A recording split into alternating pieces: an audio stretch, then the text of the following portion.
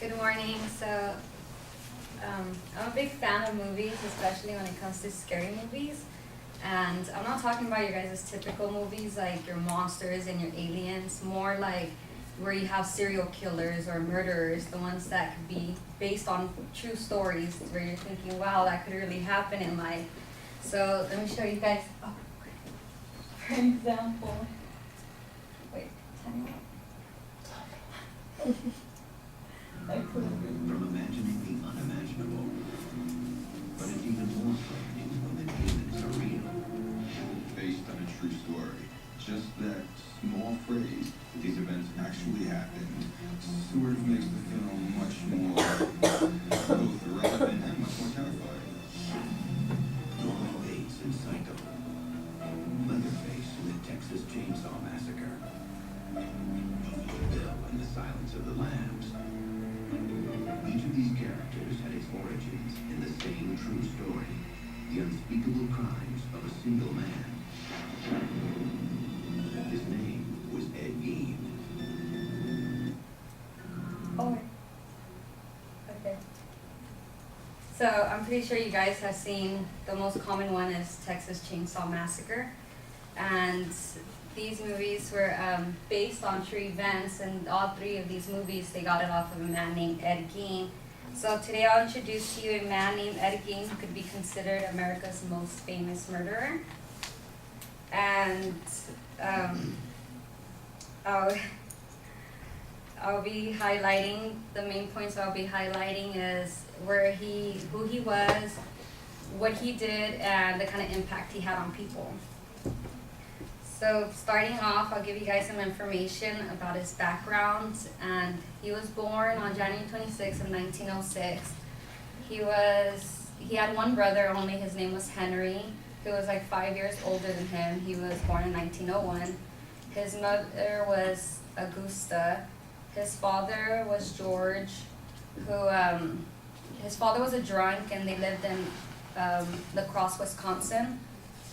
And his mother was really religious, and Chuck Perlow, director of Ed Gein, said in a documentary on A&E that she preached a lot on the book of Revelations, and that she would say women were whores, women were tramps, and women were definitely evil. He would, by the time he was age 8, they moved to Wisconsin Plainfield, and that was their permanent home. Where's that picture? Wait. Yeah. That was the home he was raised in, and he attended school, and by the age of 14, he was already done with school. He finished by the time all the way up to 7th grade. So he pretty much worked on the farm and helped his father and his brother. And then by the age of 34, that's when his father died of a heart attack. So he was just them three left. And then by that time, there was a fire that happened, and when they put out the fire, he claimed that he lost sight of his brother and that he didn't know what happened to him. But when he went to the police station and told them that, he was able to direct them straight to where the body was at. So that was still, that was unexplained. People to this day still know what actually happened. There's rumors said that there was bruises on his head and stuff on his brother, but it was never really investigated, and they just left it as that he died of asphyxiation of the smoke. So, and then by 1984, his mother died of respiratory heart failure, and he was left on his own. By the time he was on his own, he that's where he started acting strange, I guess you can say, and then let's take a look on the impact that it had in his life, because he depended on his mother a lot. And after that's where it all began. And he would make his money by helping people, making odd jobs and stuff like that. People thought he was weird, so they didn't really trust him with kind of certain things. And he was really into reading, and he would nurse himself by reading stuff like the obituary. He was really interested in the obituary, and every time a woman was dead, or something, he would the first thing he would do was really be interested, because he started digging up women's body out of the graves. And wait, I lost my. Yeah, he started digging up women out of the graves, and he had a friend named Gus. Oh, I have a picture of that too. Wait, no, I don't. Wait, I do. There's the cemetery where he would dig up his dead bodies from the women. And a guy named Gus was the one who would help him dig up these bodies. And eventually, when Gus passed away, he didn't have anybody to help him, and that's what led him to starting to kill real women. And yeah.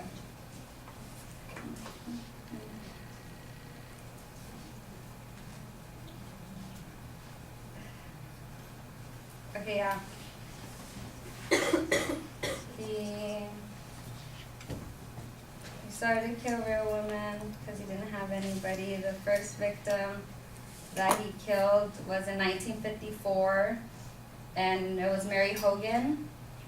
And the way a man walked into her bar and they found blood on the floor, and that's how her body was discovered. But he reported it to the police, but they weren't sure how she was killed.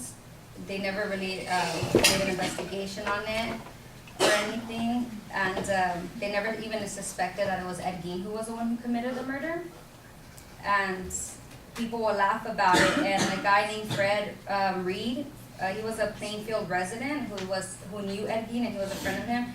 He said, I still remember when somebody said, well, I wonder where Mary Hogan is, and Ed Gein said, oh, I have her over at my place, I got her. And everybody laughed and said, oh yeah, Eddie, you got her, yeah, we know Eddie, yeah.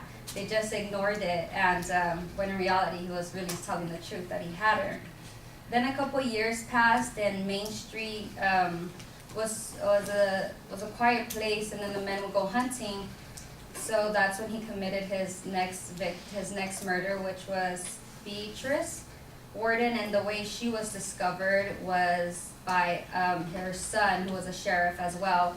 They owned a warehouse. He found blood on the floor, and everything was a disaster. And he realized there was a receipt purchase of antifreeze, which was last purchased by Ed Gein.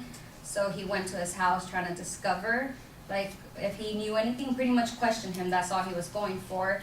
But the doors were locked, so he went to the back shed. And then that's how he was caught that he did these murders of the two women, was because he found his mother was hanging upside down, and she was gutted, and her head was cut off. And I have a picture of that. It's kind of gruesome, so I don't know if you guys want to look away, but that was how he found his mother. And that's how people started doing investigations. Okay, I'm gonna take it away. That's how he found his mother, and that's how he was caught. And then the police came, and obviously they arrested him. They took him away, and they started going through his stuff inside the house. And they started finding a bunch of stuff on his house, which was things like they found a string made out of nipples of women's breasts. They found a shade pole made out of human woman lips. They found a lampshade made out of human skin. Chairs, the upholstery was made out of the human skin also that he would do. He would do face masks. They also discovered Mary's head, the woman that was missing that they never found out about or what happened to her. They discovered her head in a brown paper bag. And they also discovered the top of the head skulls that he would use as bowls. He cleaned them out. He kept human organs kept in an ice box. He had female sex organs as well in a box. He had a fresh human heart in a pot in the stove, although cannibalism was never proven that it was a fact, but some say that he did eat human parts for the heart being on top of inside a saucepan. And and then by January 6, 1950, he went to trial but didn't go through because he was considered insane. He would say that he was the power of God and he could rise the dead. So despite everything that he did, he still had an impact on people and people were interested in him still.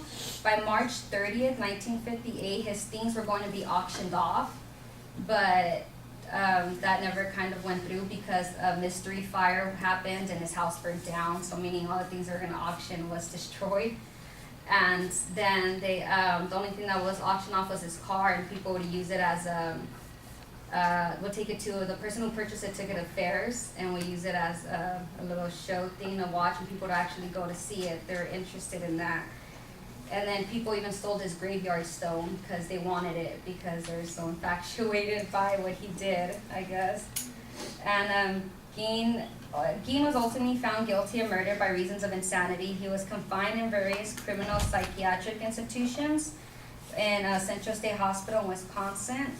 And so he was pretty much, he stayed in the mental hospital till he died at the age of 77 in 1984, July 26, a failure of heart respiratory system. So I told you guys about Ed Gein, where he came from, the things he did, and the impact he had on people. So next time you guys are watching Psycho or Chainsaw Massacre or Silence of the Lambs, you guys will remember who inspired these movies.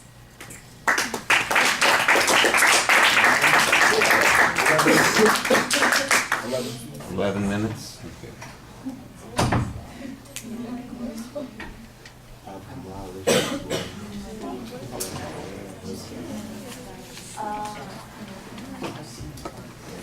Alejandro, what did you think? I think the beginning clip was too long. And she looked up a lot other than the audience. She kept looking up, but she could listen to the back. I mean, I understand because she was nervous and all.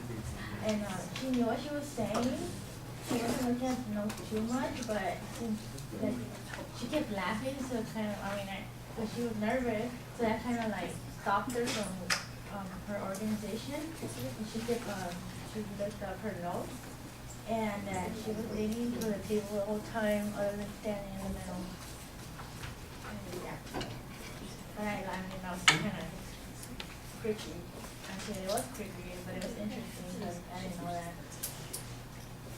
All right, well, most of your comments have to do with the delivery things, and I'll talk about those a little bit. I'd like to talk about a couple of other things first. I thought the video clip was introduced pretty effectively at the beginning. You had a nice personal statement about why you were talking about this subject. There's a very clear thesis statement, and there's actually a pretty sharp preview for the speech. So everything, I think, is set up pretty well. The follow-through is not quite as strong because I think instead of sticking to the 3 points that you'd set up, you get involved in telling the story about Ed Gein, and it just becomes a chronology of his life instead of focusing on the events that are most important. We go down a whole bunch of paths that may or may not be particularly relevant. And as a result, you use up a lot of time and energy on things that don't become particularly important. There's also a couple of places where there are little bits and pieces of mistakes. For instance, it may be 1934 and you just read it wrong. If his mother died in 1984, she died the same year he did. Like I said, I knew that the date was wrong. I'm just not sure that you knew that you had said the wrong date. It's just one of those little things that I got the impression that you've been working on it, you put it together, you've got the content, and you just were not rehearsing it. You needed to practice this. You needed to stand up and go through this speech over and over and over again so that it comes out naturally. You know what you're talking about, and you come across it feels like this is the first time that you are actually saying it out loud. You're struggling to get to the next point. Your ideas kind of run together. You go down these little paths, and it's just not tight. It needs to be a lot more focused than it is in the presentation. I don't know if you heard the time, but it ran 11 minutes. That's 3 minutes overtime. So that's a long time to be going past the limit. I thought the visuals were integrated into the speech pretty well. I thought you did a good job on that. I'm going to agree, though, with the presentation issues. You're leaning on the table there. You just kind of are slumped into the speech. It's not like you are in command and in control. You are just standing in front of us, reading your notes, thinking out loud, and you need to. We're going to talk about this more on the next assignment, because the presentation stuff has not been the heavy emphasis here, but that doesn't mean that you shouldn't have paid attention to it. You needed to really rehearse it a lot more. All right, thank you. What did I do?